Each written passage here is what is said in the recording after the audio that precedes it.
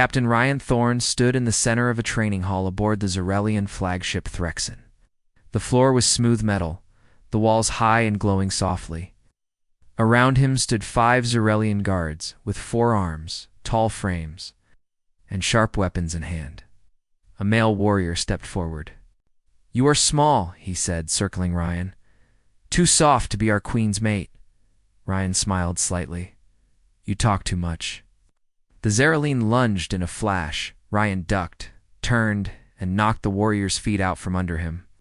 The guard hit the floor hard. The others watched, surprised. "Anyone else want to test me?" Ryan asked calmly. None moved. From a platform above, Queen Syraxa watched the scene with interest. Her advisor, Lord Sorek, stood beside her. "He learns fast," Syraxa said.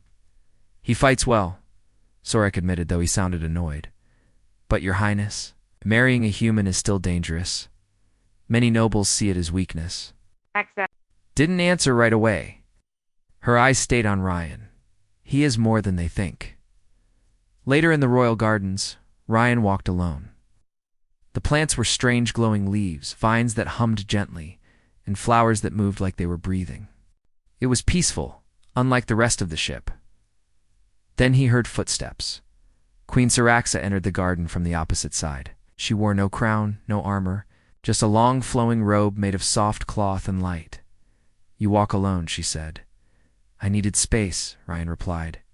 "Too many eyes watching," she nodded. "They are afraid of you. They do not understand you." Ryan looked at her directly. "Then help me understand you, Syraxa." She tilted her head, surprised. This was the first time he used her name.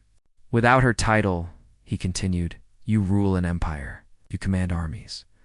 But you hide behind symbols. Say you want peace, but also demand marriage. What is it you truly want?" The queen sat on a stone bench. "I want survival. For my people, for yours." She motioned for him to sit beside her. He did. "I was only 15 cycles old when I became queen," she said quietly. "My parents were assassinated. I was thrown into the throne room and told to lead, or die." Ryan listened silently. "Since then, I've known nothing but war, fear, and betrayal. Every day, I must appear strong even when I am tired, even when I feel alone." She looked at him. "My proposal was not just strategy.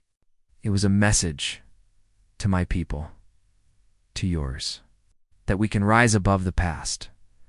Ryan nodded. "But why me?" Syraxa looked away for a moment. Then she said, "Because you are different from your leaders.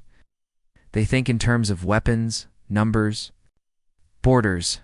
You think in terms of people. You speak less but say more. You act with care. Remind me of the person I could have been if I hadn't been raised on a throne of war." Ryan was quiet for a long time. Then he said, "I don't hate you for your mask, Syraxa. I just want to see the person underneath it." She looked at him again, and for the first time her face softened. No glow, no fire. Just a woman tired, proud, and slowly opening her heart. The next day, Ryan was given a tour of the ship's lower levels. He saw the workers Zarelians without armor or weapons, engineers, builders, and farmers in the food halls. They didn't treat him like a threat. Some even smiled. One young girl waved at him. "Why do they trust me?" he asked his guide. "A female officer named Melek, because they heard what you did," Melek replied. "You saved your enemies. You offered your own water to prisoners. Zarelian children tell stories of the human with mercy." Ryan was quiet. He didn't think anyone noticed those moments, but they did, and they mattered. That night, Ryan sat in his room, thinking he had come as a diplomat. Now he was part of something much bigger, a symbol, a spark of peace, maybe something more. A soft chime rang at the door. He opened it. Queen Syraxa stood there, alone. "I should not be here," she said. "Then why are you?" She hesitated. "Because I want you to see something. Come with me." They walked through a silent corridor to a private chamber at the edge of the ship. It had a wide window that showed a perfect view of the stars. Syraxa pressed a control panel. The window zoomed in on a planet, a beautiful blue and green world with rings of golden clouds. "This is Alcaris," she said, "one of the first planets we conquered." It used to belong to a peaceful species called the Thrini. They welcomed us. We took their world anyway. I was 16. Ryan looked at her, stunned. She turned to face him. I want peace. Ryan, but I must carry the weight of everything I've done. Everything my people did under my rule. I can't change the past, but I can shape the future. She stepped closer. With someone who sees beyond war, someone like you. Their eyes met. The room was silent. Only the stars watched. The following day, Earth's High Command sent a message. Your time is running out. Return immediately. We cannot allow you to be trapped on that ship. Ryan sent a reply. I'm not trapped. I'm learning. But the warning was clear. Earth's leaders did not trust the Queen's offer. At the same time, Saraxa faced pressure from her own council. Lord Zorik spoke openly during a royal meeting. This union will break our image of power, he said. The nobles are restless. The generals talk of rebellion. You risk everything for one human? Saraxa stood up. I risk everything for peace, and I will not let fear stop me. Ryan, who stood in the room as a guest, saw how hard it was for her. She was strong, but she was fighting alone. Later, he approached her privately. You don't have to carry this alone, he said. Saraxa looked at him. Will you carry it with me? Ryan didn't answer right away, but then he reached out and held her hand. Her fingers were cold at first, then warm. I'm not ready to say yes, he said honestly, but I'm not walking away either.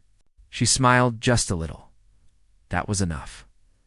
Later that night, Ryan received a secret message from someone on Earth's delegation. It was a warning. Not all want peace. There are people on both sides trying to stop the marriage. Hey, be careful. You may be in danger. Ryan read the message again and again. Danger was coming, but he wasn't afraid. He now had something to protect, not just Earth, not just peace, but the woman who showed him her heart. Captain Ryan Thorne was no longer just a guest aboard the Zarelian flagship Threxen. He had become something more, an important figure, a symbol, and a growing threat to those who feared change. The marriage proposal between him and Queen Saraxa had sent shockwaves through the galaxy. Some called it foolish, others called it brilliant. But not everyone wanted peace, and not everyone wanted Saraxa to stay queen. In a dark chamber far from the royal quarters, 3 figures met in secret. They were high-ranking Zarelian nobles, rich, powerful, and full of pride. She has lost her mind, one said. It's human. He is poison to our bloodline. She weakens the throne with every hour he stays, said another. He must be removed. The third one spoke with cold finality. Then let us end this farce. The queen must fall, and the human must die. They bowed their heads and began to plan. Back in the royal quarters, Queen Saraxa paced the floor. She had just received another angry message from one of her generals. Threats, warnings, demands. Ryan entered the room quietly. You look tired, he said. She gave a weak smile. Some want to remove me. Others want to arrest you. Ryan folded his arms. And maybe we should leave this ship. Go somewhere neutral. Safe. Saraxa shook her head. If I leave now, they'll call it weakness. They will take the throne. Ryan moved. Closer, then we stay, and we fight back. She looked into his eyes. You're not afraid? He shook his head. Not of them. Not if we're together. That evening, the royal ship prepared for a formal banquet. Leaders from nearby systems were arriving. It was a show of strength and message to the galaxy that the Zarelian queen still held power and that the human captain was her chosen consort. Ryan stood in front of a mirror, wearing ceremonial robes given to him by Saraxa. They were black with silver lines, shaped like Zarelian armor, but lighter, flexible. He looked different, like someone between 2 worlds. As he entered the grand hall, all eyes turned to him. Some glared, others whispered. Few nodded in respect, Queen. Saraxa arrived moments later. She wore a long royal gown that shimmered like liquid metal, didn't speak to the guests. She walked straight to Ryan took his hand, and stood beside him. One of the nobles stepped forward to toast. "To peace," he said with a forced smile, raising his glass. "And two strange alliances." Some laughed. Others clinked their glasses. Ryan smiled politely, but his instincts were sharp. Something felt wrong. Hours later, as the guests danced and music played, Ryan slipped away for a moment of quiet. He stood near the balcony, looking out at the stars. Suddenly, he heard footsteps behind him. He turned and saw a masked figure rushing toward him with a blade. Ryan ducked just in time. The blade slashed through air. The attacker came again fast. And skilled, Ryan blocked the next strike with his forearm, twisted, and slammed his elbow into the attacker's chest. They stumbled back.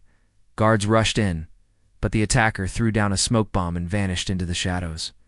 Ryan stood there, heart pounding. He was bleeding from a small cut on his arm, but he was alive. Just barely. Queen Syraxa arrived within minutes. Her eyes were full of fire. "They attacked you here?" she asked. "On my ship." Ryan nodded.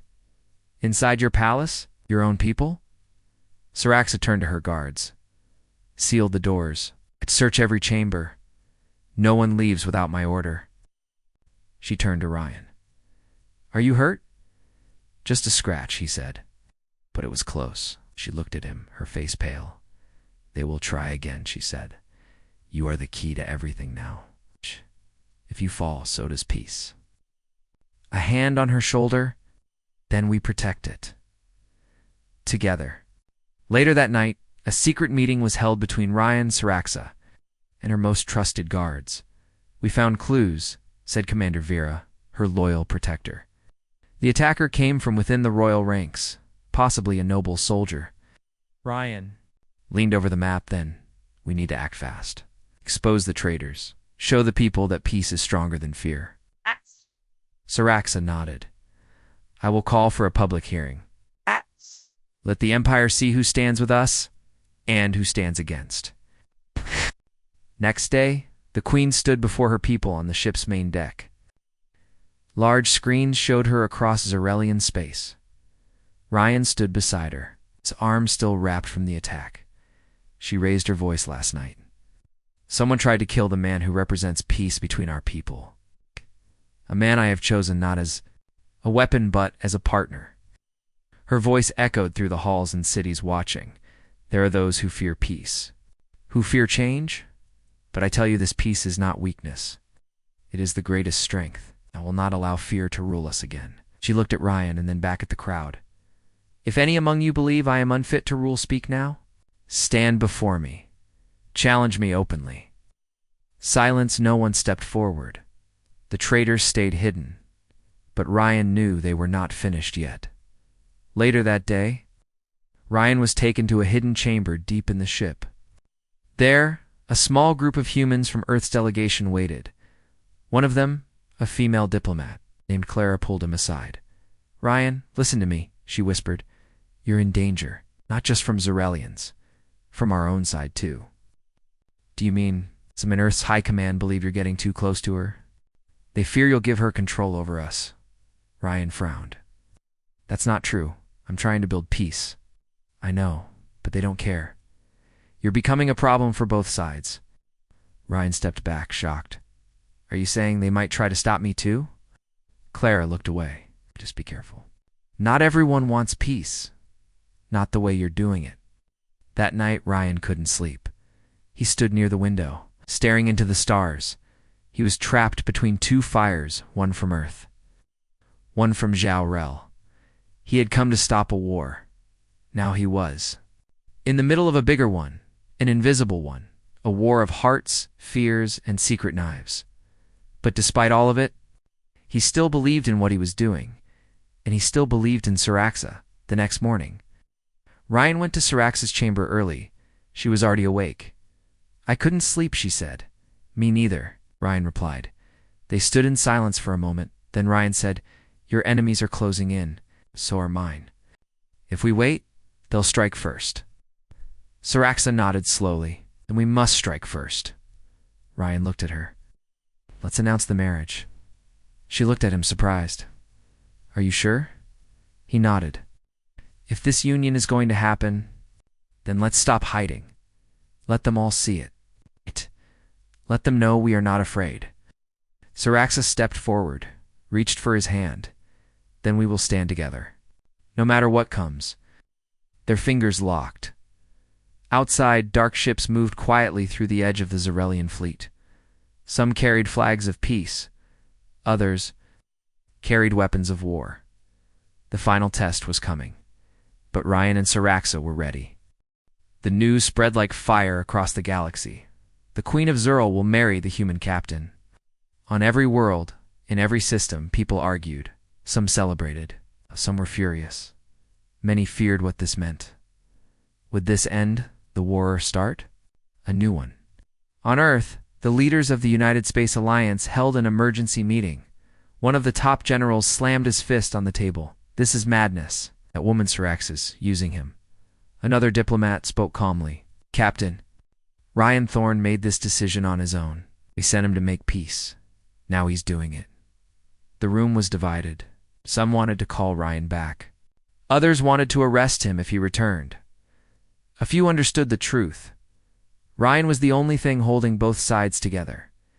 If he was removed, peace would die with him. On the Zarelian flagship Threxen, wedding preparations had already begun. Ryan stood in front of a mirror again, but this time he wasn't wearing military gear. His outfit was a mix of Earth's tradition and Zarelian design, dark suit with glowing symbols stitched into the collar. It was simple yet powerful. Behind him stood Commander Vera, the Queen's loyal protector. You're brave, she said. But are you ready? Ryan gave a small smile. But I'll do it anyway. In another part of the ship, Queen Saraxa prepared in silence. Her royal gown flowed like silver water, and her crown had been redesigned for the first time in 50 years. It now had one new crystal blue to represent Earth. As her attendants worked, Saraxa looked out the window in the distance. She saw ships gathering, some from friendly systems, others from rivals. Some had weapons armed. She knew what they were thinking. One mistake, one wrong move, and the whole galaxy would burn again. Hours later, the wedding ceremony began. It took place on a wide-open platform built above the ship's central tower. Round them, space stretched out like a sea of stars. Dozens of ships floated nearby, watching through massive screens. Millions of people, humans and Zarelians, were watching. Queen Saraxa stepped forward. Captain Ryan met her halfway. They stood beneath a glowing arch. Lit by energy from both Earth and Zurl's ancient tech, an elder from the royal court spoke today. We witness not just the union of two people, he said, but the union of two worlds, which is history's two futures. As the elder spoke, something moved silently among the nearby ships. A dark figure on one of the enemy vessels activated a signal. Back on the Threxen, Saraxa and Ryan held hands. Do you accept this bond? The elder asked. I do, Ryan said. Clearly I do, Saraxa replied, just as the elder was about to finish the ceremony. An alarm sounded. Explosions shook the lower parts of the ship. Ryan turned sharply. What was that? A guard ran up. Your Highness, enemy forces have launched a surprise attack. A rebel fleet is opening fire. The elder stepped back. The wedding was broken. Ships around the platform began moving, some firing warning shots. Others scrambling to escape. Ryan pulled Saraxa behind him. Get her to safety, he shouted, but Saraxa stepped forward. No, I will not run. She turned to her guards. Defend the ship. Protect the civilians. And tell my enemies do not kneel. In space, the rebel fleet moved in fast, led by a warlord named General Kurath, once loyal to Saraxa, now hungry for power. This is our time, Kurath growled. The queen has fallen to human weakness. We take the throne now. His ships began firing toward the Zarelian, its capital vessel. But Ryan wasn't waiting. He rushed to the command deck with Saraxa and the royal guard. Report, he shouted. One officer turned. We've lost shields in Sector 7, civilian ships. are fleeing. Syraxis stepped beside him. Tell every loyal ship to form a defensive wall. No more running. This is where we hold the line. Ryan looked at her. Let me lead the counterstrike. She paused. You'll be a target. I already am, he said. But I've studied their battle formations. I know how to beat them. Syraxa nodded once. Go, and come back to me. In a Zarelian battle fighter, Ryan launched into space with a squad of royal pilots. His fighter moved faster than any Earth craft he had used before. Sharp, sleek, and powered by Zurl's finest engines. He spoke into the comms. All ships, follow my lead. Break their front line, then sweep from the sides, divide them. His voice was calm, but inside his heart beat like a drum below. The wedding platform burned. Above, the stars lit the battlefield. Ryan dodged laser fire and returned shots with precise aim. Enemy ships exploded one by one, but then Kuroth's flagship locked onto Ryan's fighter. Bring me the human alive, Kuroth ordered. Or bring me his ashes. A squad of elite fighters chased Ryan. Firing nonstop, Ryan's ship took a hit. Smoke filled the cockpit. He spiraled, but caught control. He smiled. You want me? He said into the radio. Then follow me. He flew straight toward a small moon behind the battlefield, leading the enemy squad away, back on the Threxen. Syraxis stood at the command deck, watching the fight. He's drawing them away, she said. Buy us time. A general turned to her. Your Majesty fights like one of us. No, she said softly. He fights for us. On the moon's surface, Ryan landed hard, his ship damaged. Enemy fighters landed behind him. 5 enemy soldiers stepped out. They were Zarelians, bigger, stronger, trained killers. Ryan stood, bleeding from his shoulder. Give up, human, one of them said. Ryan smiled, wiping blood from his face. Not today. The fight was brutal. Ryan dodged. One blade, grabbed a weapon from the ground, and fought with everything he had. His training, his anger, and his belief in peace pushed him forward. He took down 2 soldiers. Then 3. He was stabbed, but he kept going. Finally, he stood over the last one, barely breathing. His arm hung useless. His suit was torn, but he was alive. A rescue ship arrived minutes later. Syraxa had sent it, hours later. Ryan was in the royal medbay, bandaged and weak. Syraxa sat beside him, holding his hand. You could have died, she whispered. He looked at her, smiling weakly. But I didn't. She leaned closer. They fear you now. It's not just for your strength, but because they saw you fight for something more. He nodded. Did they retreat? Yes, for now. He coughed slightly. Then let's finish the wedding. Syraxa smiled. You never stop, do you? And neither should you. 2 days later, the ceremony was completed in the rebuilt hall. It was smaller, simpler, but stronger. Ryan stood beside Syraxa again. This time, there were no weapons. No explosions. Only silence. I do, Ryan said again. I do, Syraxa replied. And the galaxy watched as a queen and a human took the first real step toward peace together. The galaxy held its breath. After weeks of tension, battles, and uneasy alliances, the final chapter had begun. Captain Ryan Thorne and Queen Syraxa stood side by side on the rebuilt throne room of the Zarelian flagship Threxen. Their hands were linked, their eyes steady. Together, they faced the gathered crowd of leaders, soldiers, and citizens from countless worlds. Ryan, just a human soldier from Earth, had become something far greater. It's a symbol of hope. A bridge between 2 very different peoples. The room was silent as Syraxa stepped forward. My people, she said, her voice strong but gentle. For too long, we have lived in fear. We have fought wars that destroyed our homes and our families. But today, we choose a new path. She looked at Ryan. Together, we stand not as conqueror and conquered, but as partners, as equals, as a new future. Ryan felt the weight of her words. He cleared his throat and spoke clearly. I am honored to stand with you, Queen Saraxa, not just as your consort, but as your equal. We will build a galaxy where peace is not a dream, but a promise." The crowd erupted in cheers, but the peace would not come easily. There were still voices of hate and fear on both Earth and Zerl. Earth's leaders debated fiercely. Some praised Ryan's courage, others still distrusted him. A few whispered dark plans to remove him. On Zerl, loyalists to General Kurath and other rebels still plotted in the shadows.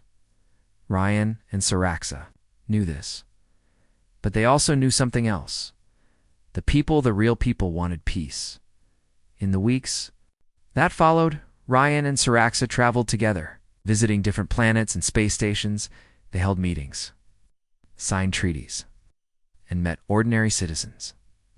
They saw children playing together, human and Zerelian. They heard songs of hope from alien singers. They witnessed traders exchanging goods peacefully for the first time in decades. Ryan's heart swelled with pride. This was why he fought. This was why he stayed. One evening, on a quiet planet far from the capitals, Ryan and Saraxa walked beneath two moons. The air was cool, stars were bright. Saraxa stopped and looked at Ryan. "Do you ever regret it?" she asked softly. He shook his head. Never. This was never just about politics or peace. It was about trust, about hope. She smiled, her glowing eyes gentle. "Thank you for seeing me, for believing in me." He took her hand. "Thank you for trusting me, for risking everything." They stood together in silence. Two leaders from different worlds, united by choice, not by chance. But their journey was not finished. New challenges came. A virus spread through a mining colony, threatening both humans and Zerelians. Pirates attacked.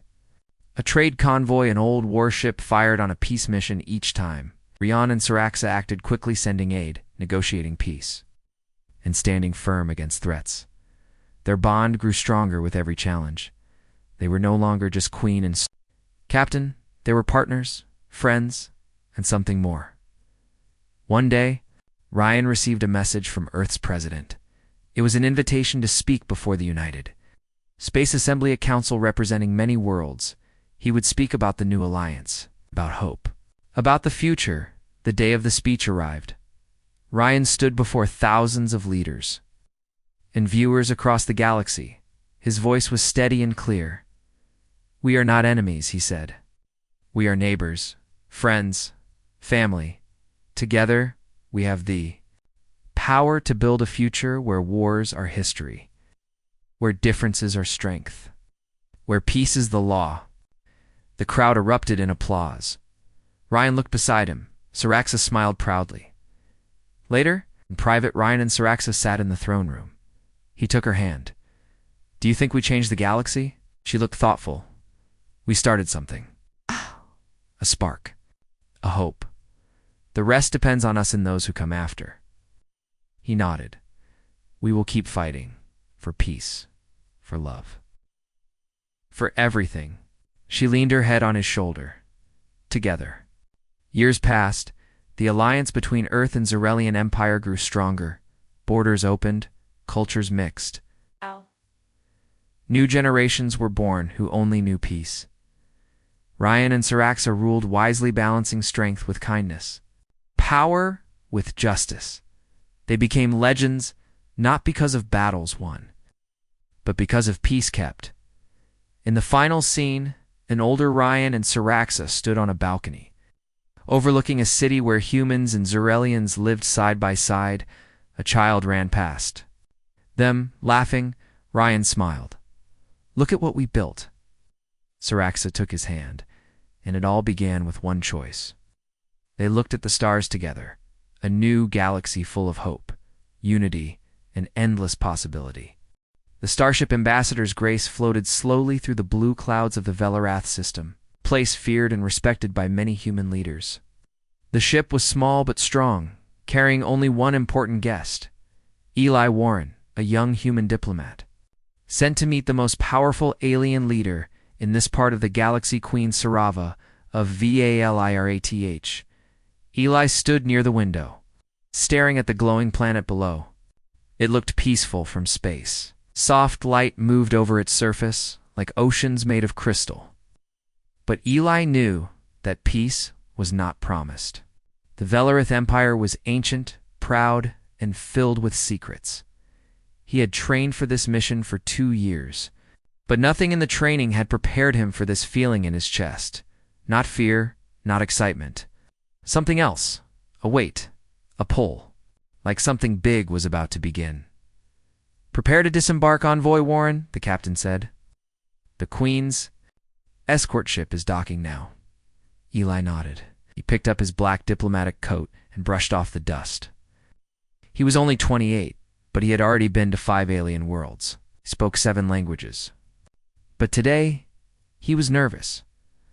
The escort ship brought him down to the planet's surface, where tall silver towers reached the skies. The air shimmered around them, and music played in the background. Soft, strange, beautiful. Dozens of alien nobles stood in perfect lines, their skin pale and shining like starlight. Their eyes followed Eli carefully as he stepped off the landing platform. Then the large silver doors opened. Everyone turned. She entered slowly. Queen Sarava. She was tall, even for her species, with smooth violet skin and long white hair tied in braids that shimmered with tiny lights.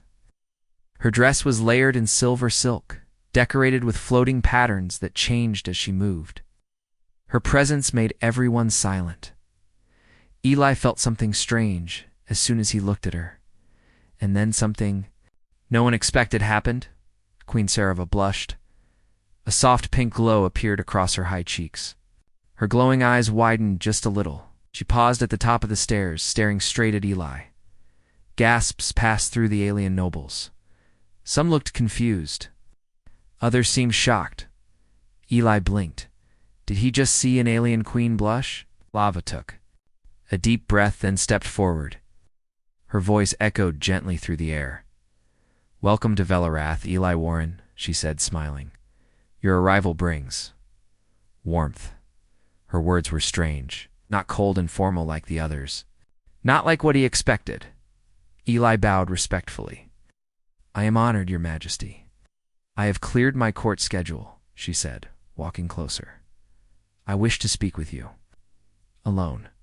This caused more whispers. Nobles shifted uncomfortably. But no one dared question the queen.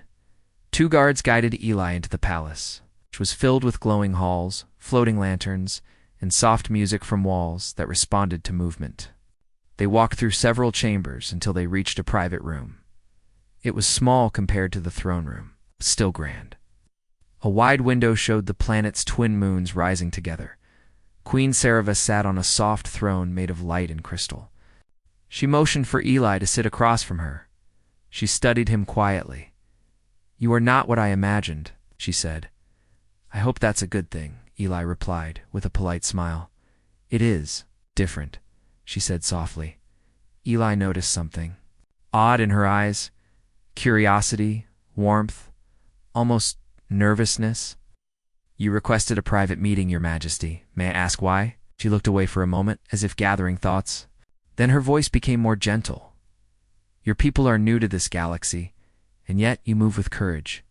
Many leaders I meet speak in riddles. They play games. You speak simply. Clearly, I admire that." "Thank you," Eli said, unsure what to say. Sarava stood and walked toward the window. "Do you know what they say about me, Envoy Warren? They say you are strong, fair, but very careful with outsiders." Sarava smiled. "They say I am cold, that I do not feel as others do, that I do not laugh or cry or blush." She turned to him. "And yet I did today." Eli's breath caught. So she noticed it too. "I don't know what it means," she said, "but your presence stirs something." Eli sat up straighter. "Your Majesty, I don't mean to cause trouble. I only came to open peaceful talks." "And yet you've opened something else," she said, stepping closer. "Do you feel it too?" Eli paused. He did feel something. He wasn't sure what it was, but it was real. I don't know, he answered honestly. Sarah nodded. Honest again. She touched a glowing orb beside her seat, and soft light filled the room. It made her seem almost human. Almost, I have spent many years studying other species, she said. Your kind is unpredictable, yet fascinating. Eli smiled. We get that a lot. She chuckled softly. It was the first time anyone had heard the Queen of Velarath laugh in years. Later that evening, Eli was shown to a guest suite in the palace. The walls were covered in strange art that seemed to move when he looked away. A gentle breeze passed through the room, though there were no windows open. He sat on the edge of the bed, thinking. The Queen had acted unlike any report he had read. She had welcomed him warmly. She had smiled, laughed, blushed, and she had looked at him like he wasn't just a diplomat, but something more. There was a quiet knock. Eli opened the door to find a young alien. Attendant with silver markings on her skin, she handed him a small crystal. Message from the Queen, she said before disappearing. Eli placed the crystal on the table. A soft light glowed, and Sarava's voice spoke gently. Eli Warren. I do not know why I reacted the way I did, but I know it was real. I hope this visit will bring more than just words. Rest well tonight. We will speak again tomorrow, Sarava. He sat there for a long time, staring at the glowing crystal. Something was happening, and it was only the beginning.